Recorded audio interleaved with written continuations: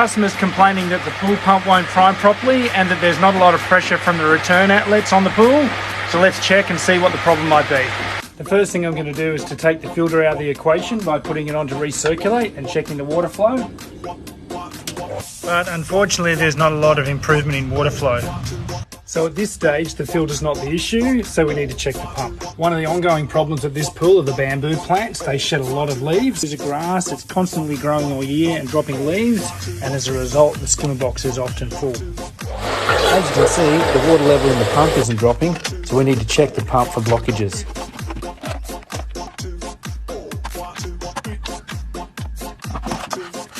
If you take a look inside, you can see the impeller's blocked with bamboo. As you can see, there's quite a bit in there. It doesn't take very much to restrict water flow.